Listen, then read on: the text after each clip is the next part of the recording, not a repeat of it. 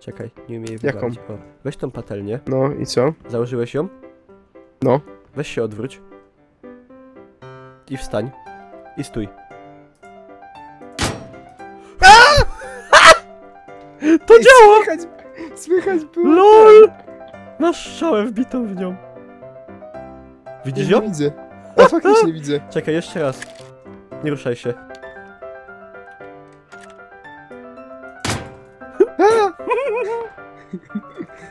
Ej! A czekaj.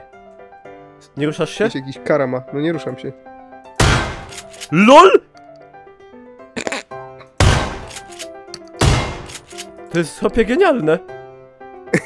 No super, tylko jakby się dało założyć kilka tych patelni na całego siebie, to by było lepiej. No.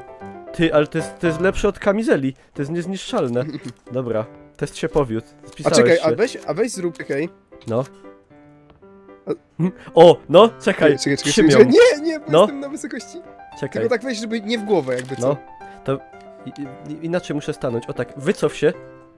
Tylko już wiesz, weź poprawkę, No, że stój. ona czasami Dobra. coś rusza. Dobra. Czasami się będę tak Dobra. ruszał, żeby ona... No. Co? LOL! A wejdź odejdź dalej. Trochę do tyłu. Jeszcze. No i czekaj. Ty. A może Friendly Fire'a wyłączyli? No,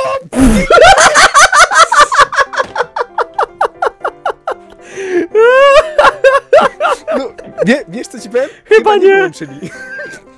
Bandaży będę się... No i kasku nie mam, stary, trójkę miałem! Ej, a czekaj, a Co kucaj za tak? pała!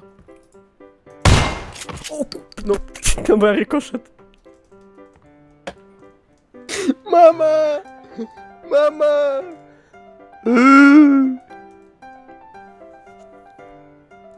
Dobra tam. Wszystko dobrze.